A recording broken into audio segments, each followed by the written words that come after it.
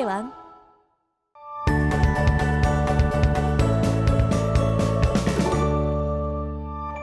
오늘 학습할 내용은 등비수열의 일반항입니다. 우리가 지난 시간에 등차수열의 일반항을 배웠어요. 등차수열이 뭐예요? 똑같은 거를 계속 더해서, 즉 공차를 계속 더해서 나열한 수열을 등차수열이라고 했습니다. 등비수열은 뭘까요? 자, 한번 보도록 할게요. 등비수열이 뭐냐면 첫째 항부터 차례로 일정한 수를 곱하는 거예요. 등차수열은 더하는 거고요. 등비수열은 곱하는 겁니다. 그거를 등비수열이라고 하고요. 그 곱해주는 일정한 수를 공비라고 합니다. 그러면 우리가 이렇게 쓸 수 있겠네요. AN에다가 그 다음 항이 되기 위한 n 플러스 1번째 AN 플러스 1이 되기 위한 어떤 수를 곱해요? 공비. 우리는 공비는 주로 R이라고 씁니다. R을 곱해서 AN 플러스 1이 되는 거예요. 식으로 쓰면 이렇게 되겠네요.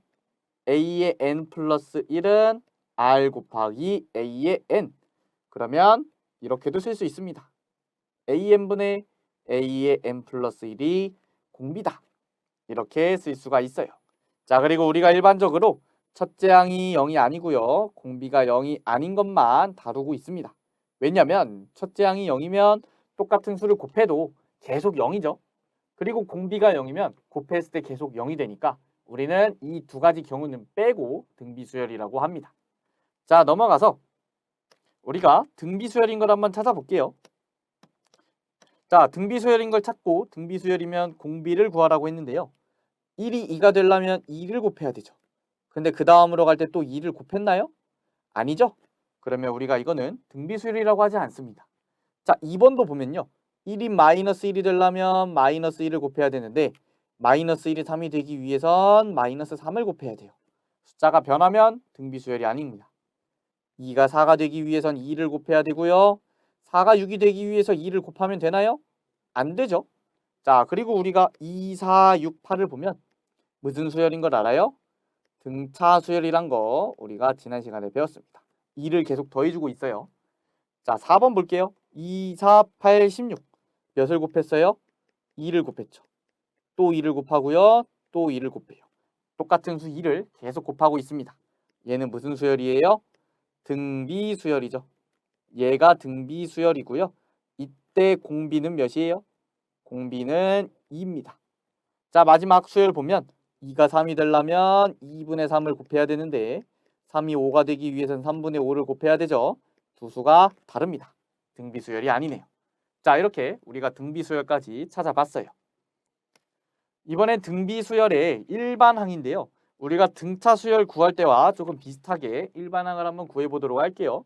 첫째 항, 두 번째 항, 세 번째 항, 네 번째 항. 이렇게 쭉 해서 AN이 있다고 합시다. A1이 A2가 되기 위해서는 공비 R을 곱해요. 여기도 R을 곱하겠죠? 또 R을 곱해요. 자, 그러면 첫 번째 항이 네 번째 항이 되기 위해서는 공비를 몇 번 곱했어요? 3번 곱했죠. 이것도 마찬가지로 간격 개수입니다. 그래서 A4는 첫째 항 곱하기 공비의 3제곱이라고 써요. 자, 그러면 n번째 항까지 간다고 치면 공비를 몇 번 곱해야 되겠어요? 공비를 간격 개수인 n-1번 곱하는 겁니다. 그래서 AN은 A1 곱하기 R의 n-1제곱이에요. 이게 우리는 바로 등비수열을 구하는 일반항입니다. 등비수열의 일반항이라고 합니다. 자, 그러면 개념 예제 풀어볼게요. 첫째 항이 5고 공비가 3인 등비수열의 일반항이에요. 그러면 이 등비수열을 AN이라고 할 때요. 첫째 항은 5고 공비는 3이고 일반항을 구할 때 공비의 간격 개수만큼 거듭제곱을 해주죠. 이렇게 n-1제곱을 해주면 됩니다. 자, 이번엔 등비중항인데요. 0이 아닌 세수 A, B, C가 등비수열을 이뤄요. 우리가 요거를 등차수열에서도 비슷한 걸 했었어요. 등차중항이라고. 자, 그러면 우리가 A, B, C를 나열을 했을 때 A, B, C에서 A가 B가 되기 위해서는 R을 곱합니다. B가 C가 되기 위해서 마찬가지로 R을 곱해요. 그러면 우리가 R은 A분의 B라고 쓸 수도 있고요. B분의 C라고 쓸 수도 있습니다.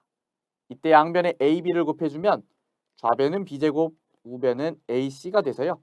요런 등차 중앙 공식이 나옵니다. 가운데 있는 B를 제곱을 해주면요. A와 C를 곱한 것과 같습니다.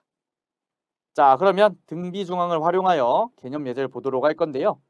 자, 세수 3, x 27이 등비수열을 이룬다고 했어요. 그러면 가운데 있는 x를 제곱하면 3과 27을 곱한 것과 같죠. 자, 3과 27을 곱하면 81입니다. 제곱해서 81 되는 x값은 뭐 있어요? 9랑 마이너스 9입니다. 그래서 x값이 둘 다 되는 거예요. 자, x가 9인 경우는요. 3하고 9하고 27이니까 공비가 몇인 경우? 3인 경우. 그리고 마이너스 9인 경우는요. 3하고 마이너스 9하고 27이니까 이때는 공비가 몇인 거예요? 마이너스 3인 경우입니다. 둘 다 성립을 합니다. 마이너스를 빼먹지 않도록 주의해야 될 것 같아요. 자, 여기까지 해서요. 우리가 등비수열 학습을 마쳤고요. 등차수열하고 비슷한 부분이 많아서 등차수열을 꼼꼼하게 공부했으면 등비수열은 수월하게 이해하셨을 거라고 생각을 합니다. 오늘 강의는 여기까지고요. 고생 많으셨습니다. 감사합니다.